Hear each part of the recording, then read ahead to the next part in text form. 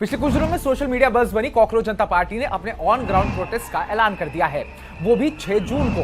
Founder Abhijit Dipke भी USA से भारत आ रहे हैं और इसी बीच 3 ऑफिशियल स्पीकर्स का भी ऐलान कर दिया गया है। पार्टी का दावा है कि वो न्यू जनरेशन की आवाज है जो बिना किसी पक्षपात के देश की राजनीतिक बहस को बदलने वाली है। लेकिन इन तीनों स्पीकर्स के बैकग्राउंड को गौर से देखें तो सच्चाई कुछ और दाल पूरी काली ही नजर आती है।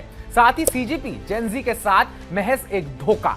तो चलिए आपको बताते हैं कुंडली इन तीनों स्पोक पर्संस की, टुकड़े टुकड़े गैंग वाले उमर खालिद से करीबी से लेकर जर्मनी में बैठे left lobby content creator Dhruv Rathee तक सब कुछ। नमस्कार, मैं उत्कर्ष प्रताप सिंह और आप देख रहे हैं TV9 भारतवर्ष। सीजेपी वो नाम जिसने पिछले 1 महीने में देश में चर्चा का बाजार गर्म कर दिया। एक तरफ कुछ लोग इसे क्रांति की नजर से देख रहे हैं और उम्मीद कर रहे हैं कि ये सिस्टम को बदलने के लिए एक न्यूट्रल वॉइस बनेगी, तो वहीं सीजेपी तो पहले ही एक पर्टिकुलर माइंडसेट और विचारधारा पर चल रही है और इसका साफ पता चलता है सीजेपी के 4 मेन फेसेस से। सबसे पहले बात करते हैं सीजेपी के 3 नए स्पीकर्स की, जिसमें पहला नंबर आता है सौरभ दास का। पार्टी ने सौरभ दास को मेन स्पोक पर्सन बनाया है। वो खुद को इन्वेस्टिगेटिव जर्नलिस्ट बताते हैं। एमिटी यूनिवर्सिटी से साल 2019 में पास आउट हुए, कुछ न्यूज चैनल्स में काम किया और फिर उमर खालिद जो यूएपीए केस में जेल में बंद है, उसके सबसे करीबी सपोर्टर्स में से एक बन गए। उमर खालिद वो शख्स है जिस पर दिल्ली दंगों की साजिश का आरोप है। टेररिस्ट अफजल गुरु की फांसी का विरोध करना और भारत तेरे टुकड़े होंगे इंशा अल्लाह जैसे नारों की विचारधारा से उमर जुड़ा रहा है। सीजेपी के मेन स्पोक पर्सन सौरभ उसे ब्रेवेस्ट ऑफ ब्रेव्स बताते हैं, जिससे उनका माइंडसेट और उनका झुकाव साफ नजर आता है।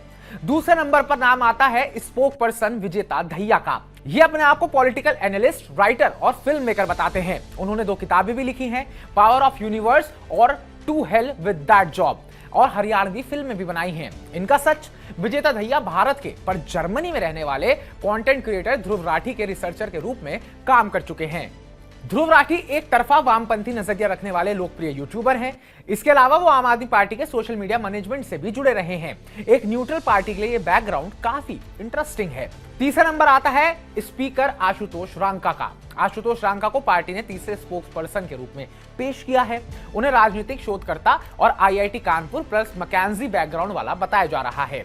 उनका सच, 30 दिसंबर 2025 को राजस्थान आम आदमी पार्टी के प्रभारी धीरज टोकर और चंद्र भारद्वाज ने प्रदेश कार्यकारिणी में आयुष रांका को इंटेलेक्चुअल विंग का स्टेट सेक्रेटरी नियुक्त किया था।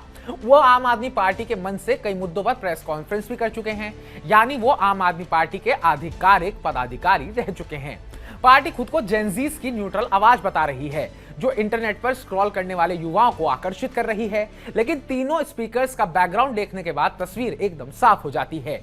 एक उमर खालिद समर्थक और टुकड़े टुकड़े गैंग की विचारधारा से जुड़ा व्यक्ति, तो दूसरा ध्रुव राठी का रिसर्चर और तीसरा आम आदमी पार्टी का इंटेलेक्चुअल विंग का सेक्रेटरी। तीनों एक ही विचारधारा के दायरे में आते हैं, वामपंथी प्रोग्रेसिव।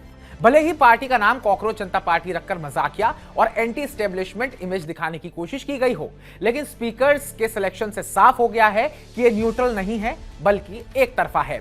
और फाउंडर अभिजीत दिपके के बारे में तो सब आपको पता ही है। वो आम आदमी पार्टी के सोशल मीडिया विंग का हिस्सा रह चुके हैं और उनकी करीबी आप नेताओं से है। जेन-ज़ी को नई क्रांति का सपना दिखाकर पुरानी विचारधारा को ही नए पैकेजिंग के साथ बेचा जा रहा है। शहीद भगत सिंह ने कहा था, क्रांति कोई मजाक नहीं है, इसके लिए निष्पक्षता, समानता और जातिवाद से मुक्ति जरूरी है। लेकिन यहाँ तो पक्ष पहले से ही साफ नजर आ रहा है। कॉकरोच जनता पार्टी युवाओं के गुस्से और बदलाव की चाहत को भुनाने की कोशिश में लगी है। सोशल मीडिया सेंसेशन बनना आसान है, लेकिन जब बैकग्राउंड सामने आता है तो न्यूट्रल का दावा खुद ब खुद फेल हो जाता है।